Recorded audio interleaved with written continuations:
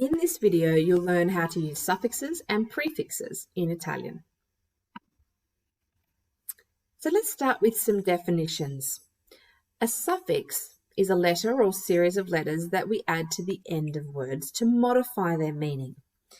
We've learned about several suffixes previously, particularly those which we add to nouns, and we'll look at those as a bit of revision shortly.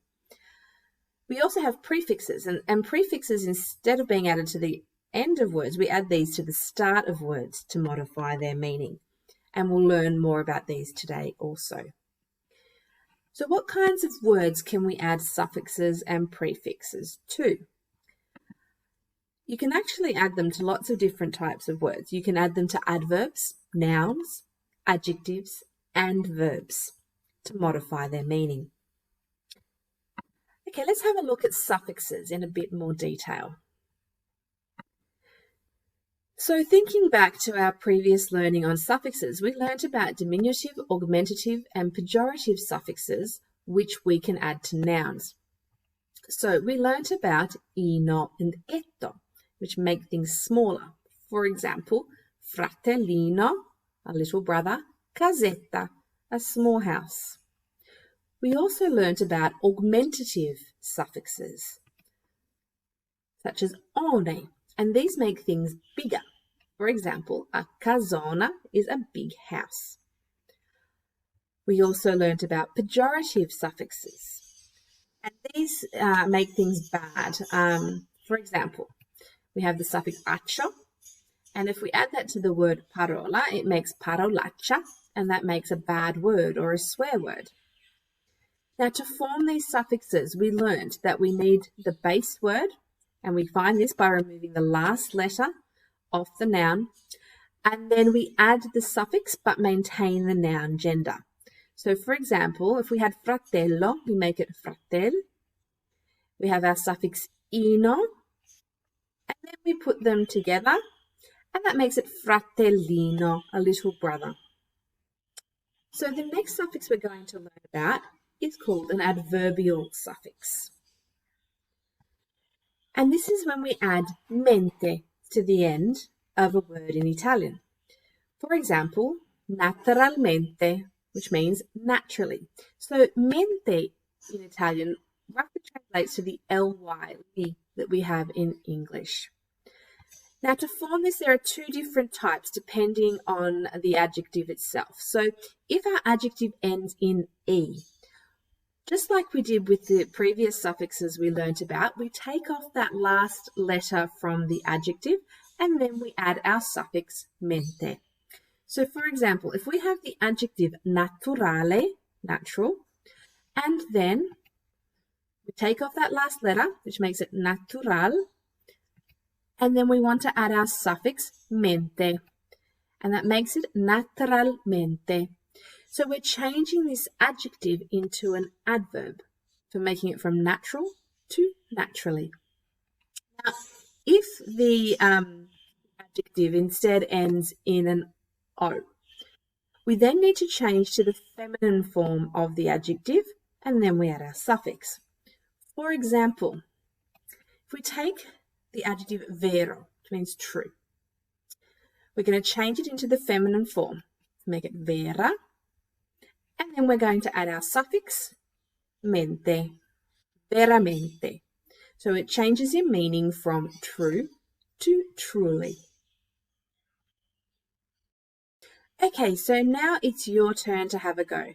So pause the video to complete the exercises in your booklet, and then you can resume the video once you've completed and corrected those exercises. Welcome back. Okay, next we're going to look at prefixes.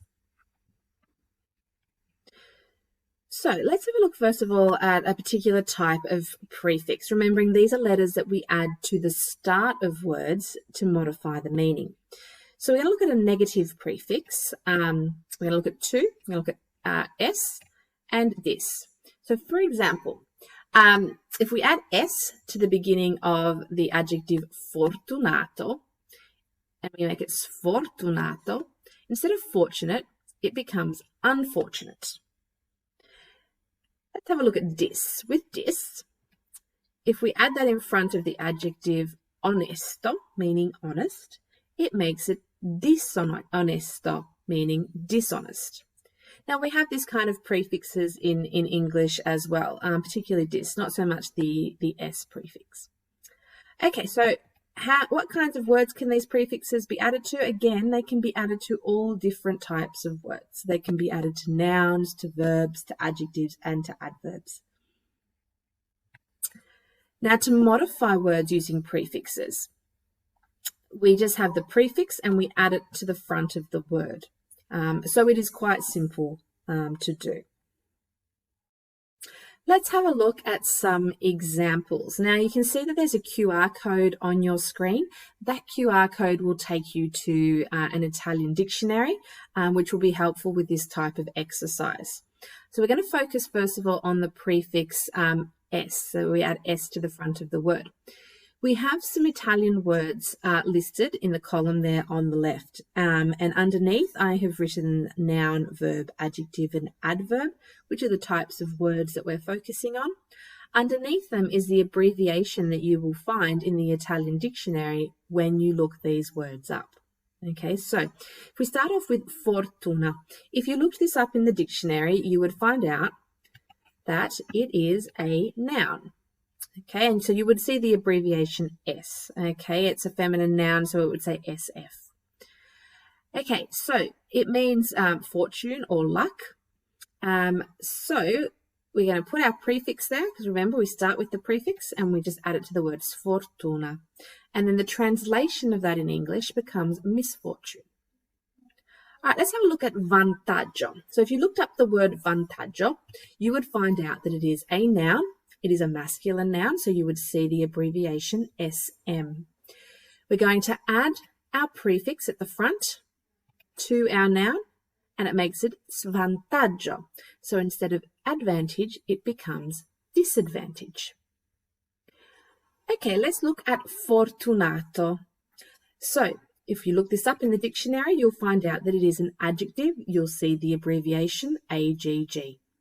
We're going to put our prefix at the front, add the adjective there, and we've got sfortunato, which means unfortunate.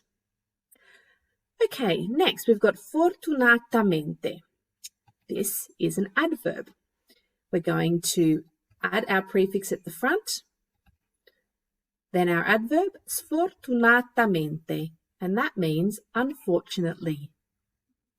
All right, the next one, caricare. If you looked this up, you would find that it is a verb. You would see the abbreviation with the V. Next, we're going to put our prefix at the front. Our verb, scaricare. So instead of being to load or to upload, if we're talking about technology, it becomes to download. Okay, so you can see how the prefix S changes the meaning. Now, I would suggest pausing the video now so that you can take a minute to write down these in your notes. Okay, next we're going to look at the prefix dis. Again, we have that QR code in the corner there, which is the link to the dictionary. So you could scan that with your phone if you were watching this on a computer. Okay, so we've got in Italian 3 different words there. We've got onesto, interessato, and fare. And again, if you looked these up in the dictionary, you would find what types of word they are, as well as their meaning. So, if we look up onesto, we find out it's an adjective. We put our prefix at the front, dis, and we add it to onesto, and it makes it dishonest as opposed to honest. All right, so we've got interessato. You'll also find that this is an adjective. We put our prefix at the front, we add our adjective, disinteressato, disinterested. The last one, fare. Hopefully you'll recognize this particular word, and you'll know, even without looking it up, that it is a verb. We're going to put our prefix at the front, we add fare, and instead of to do or to make, it is to undo. If you're talking about to make a bed, fare il letto. Disfare il letto is when you take all the sheets off the bed, you strip the sheets if you're going to wash them, for example. So it gives it the opposite meaning. Okay, so again, I would suggest pausing the video to give yourself a chance to write these words down.